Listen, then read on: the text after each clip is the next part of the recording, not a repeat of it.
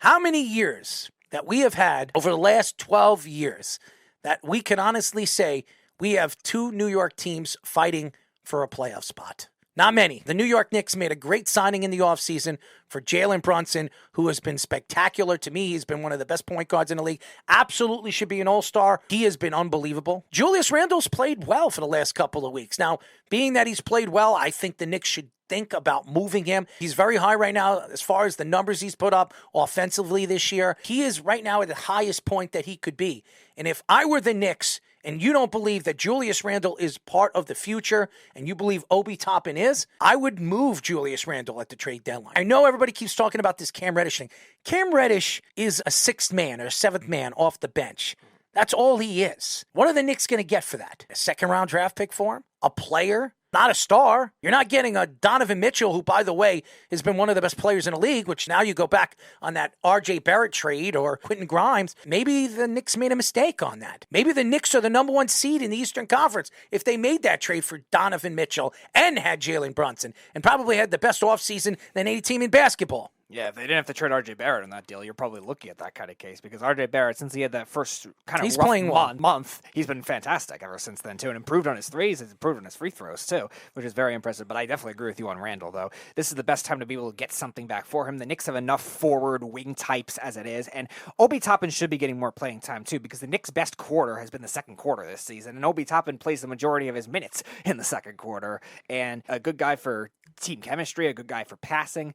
His defense has been okay, but still improved from where it was last year. And he's been a player that has been efficient on the court, too, which the Knicks have definitely needed for a while. Jalen Brunson is now providing that, and R.J. Barrett has gotten a lot better in that, too. So Julius Randle, even though he has been good in terms of volume scoring, still kind of inefficient. So if they can get a good package for Randle, that would definitely be helpful. Zach LaVine is the big name being brought up, and I would be all for that because Zach LaVine is a precise three-point shooter that they definitely need, and also a volume scorer that is much more efficient than Julius Randle. Right now, Chicago is in the bottom of the Eastern Conference, the 11th seed in the Eastern Conference. Right now, to get a player of Zach LaVine's talent could really put the Knicks in a position where they can move up from the 7th or 6th seed to maybe the 5th or the 4th.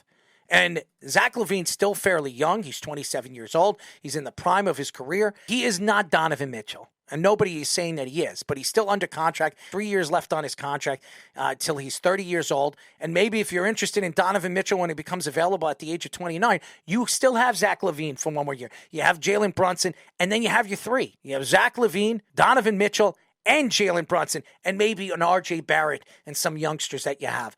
It makes a lot of sense to make this move. I don't know if Zach LaVine is going to be available at the trade deadline, especially if the Chicago Bulls are fighting for a playoff spot. But if they are, maybe you give up a Quentin Grimes now. Maybe you give up one of these Obi Toppin. If you can get Zach LaVine, I would trade Obi Toppin and Julius Randle for him. But right now, they need that other piece, and it's not Julius. Julius Randle has already proven he can't play in the playoffs. Yeah. Under pressure, he's not the number one guy. Jalen Brunson should be the number one guy. You bring Zach LaVine in, he's the number two guy, and then RJ's your number three. You can compete that way. Are you going to win with that?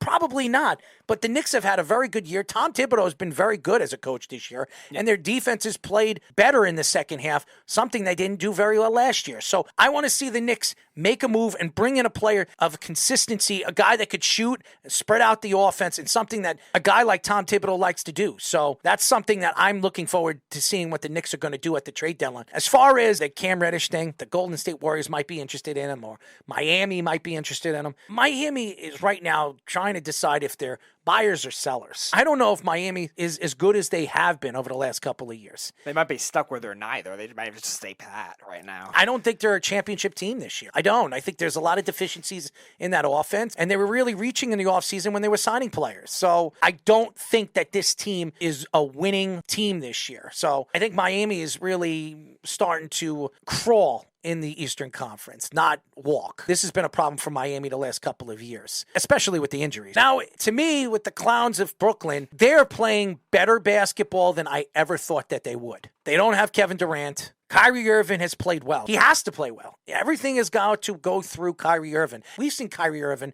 as the number one guy. In Boston, he had Tatum there. He had Jaylen Brown there, and he couldn't cut it over there.